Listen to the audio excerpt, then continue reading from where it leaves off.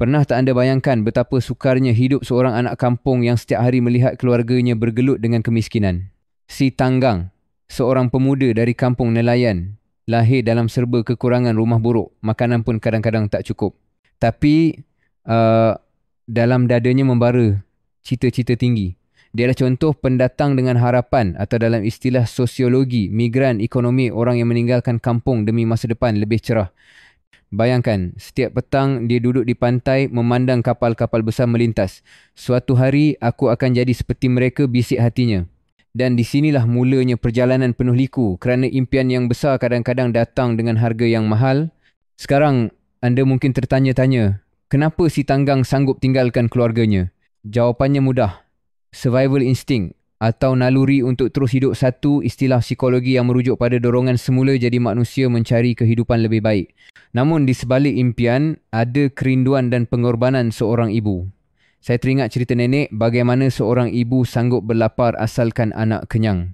Begitu jugalah ibu si Tanggang, sentiasa menunggu dan mendoakan kejayaan anaknya walau perit menanggung rindu.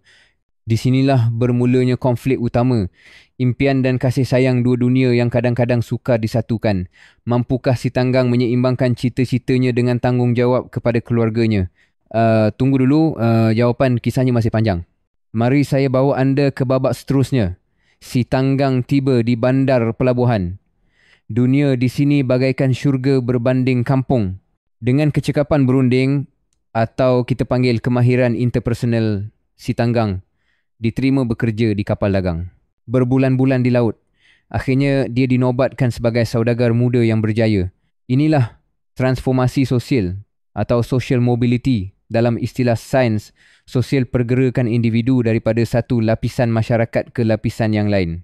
Tapi bagaimana agaknya perasaan dia ketika mula-mula memegang duit gaji besar, gembira, bangga atau takut kehilangan identiti asal?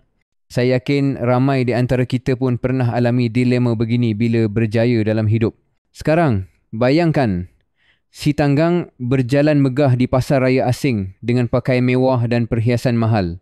Tapi, adakah kemewahan semata-mata menjanjikan kebahagiaan sebenar? Di sinilah wujudnya konflik dalaman konflik identiti antara siapa yang dia dulu dan siapa dirinya sekarang. Mungkin anda tertanya, takkan dia lupa keluarganya? Inilah titik mula kejatuhan moral bila manusia hanyut dalam sindrom superiority complex, perasaan terlalu hebat hingga memandang rendah asal usul. Kejayaan yang tidak diseimbangkan dengan nilai diri akhirnya membawa pada pengasingan bukan hanya dengan keluarga, malah dengan jati diri sendiri. Si Tanggang yang dulu anak kampung rendah diri kini dah mula lupa tanah tumpah darahnya. Waktu inilah kisah benar-benar menegangkan. Bayangkan suasana di pelabuhan, orang kampung terpegun melihat kapal hebat yang baru berlabuh. Dari jauh seorang wanita tua berlari-lari anak sambil menjerit memanggil nama si Tanggang. Suasana jadi hening. Semua mata memandang. Adakah si Tanggang akan menyambut ibunya dengan pelukan? Atau sebaliknya? Nah, sinilah babak paling memilukan. Si Tanggang dengan pakaian serba indah dan wajah penuh ego berpaling dari ibunya. Siapa perempuan tua itu? Dia bertanya kepada Kelasi. Perkataan alienasi keluarga atau family estrangement datang tepat di sini. Jurang emosi antara ibu dan anak yang makin melebar. Ibu Tanggang berdiri terpaku, air mata mengalir deras. Pernah tak anda rasa kecewa hingga tak mampu bersuara? Ibu Tanggang cuma mampu berdoa, Ya Allah, tunjukkan padanya balasan setimpal. Di sinilah konflik memuncak, kasih ibu diuji dan si Tanggang diuji dengan kekayaan yang membutakan hati. Anda mungkin terfikir, kalau saya di tempat si Tanggang, adakah saya akan buat perkara sama? Rasa malu, dendam dan ego faktor psikologi ini sering mempengaruhi keputusan walaupun akhirnya membawa bencana besar.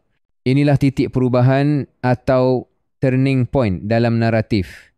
Doa ibu yang dikhianati, ribut besar mula mengganas di laut. Semua orang panik. Hanya satu suara didengar, jeritan mereka yang menyesal. Inilah akibat bila manusia lupa asal dan melupakan kasih sejati. Sekarang kita sampai pada babak klimak. Ribut besar melanda kapal si Tanggang, petir menyambar, ombak setinggi gunung. Fenomena semula jadi yang dalam sains disebut sebagai force majeure kuasa alam yang tak mampu dikawal manusia.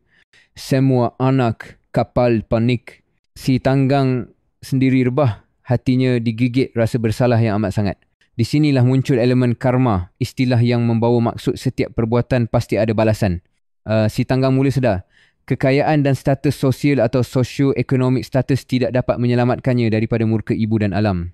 Let me tell you a story saya pernah dengar dari seorang ustaz. Ibu yang tersakiti doanya sangat mustajab.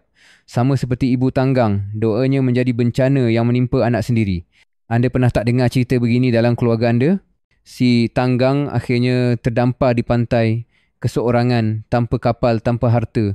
Ini saat keinsafan melanda. Andai aku boleh putar masa, pasti akan ku peluk ibuku sekuat hati, rintih si Tanggang. Namun semuanya sudah terlambat. Di sini penceritaan sampai ke tahap resolusi dalam 3 babak klasik. Dari sombong kepada taubat, dari kemewahan kepada kesunyian. Satu pengajaran besar. Jangan sesekali abaikan insan yang paling banyak berkorban untuk kita. Akhirnya, apa yang boleh kita pelajari dari kisah si Tanggang? Moral utama, jangan sesekali angkuh dan lupa diri. Dalam psikologi, sikap narsisism atau pentingkan diri hanya memakan diri di hujung cerita. Namun, kisah ini juga tentang redemption peluang kedua yang kadangkala tak akan datang lagi.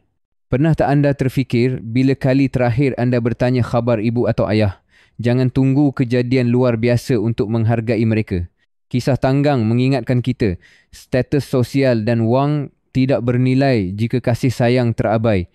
Saya pernah jumpa seorang sahabat berjaya di bandar tapi tetap pulang ke kampung setiap minggu. Katanya duit boleh dicari. Restu ibu tiada galang ganti. Ini prinsip universiti kehidupan yang patut kita pegang. Kesombongan adalah racun senyap dalam hati. Ia membunuh sifat rendah diri dan membuka ruang kepada bencana, sama ada dalam keluarga, kerjaya atau masyarakat. Jangan jadikan kisah si Tanggang sekadar cerita dongeng tapi sebagai cermin kehidupan. Jadi sebelum episod ini berakhir, saya cabar anda ambil telefon, hubungi ibu atau ayah, ucapkan terima kasih. Kerana dalam dunia serba moden, kasih sayang tetap jadi tonggak kebahagiaan sejati. Terima kasih kerana sudi mendengar. Sampai kita jumpa lagi dalam kisah penuh pengajaran.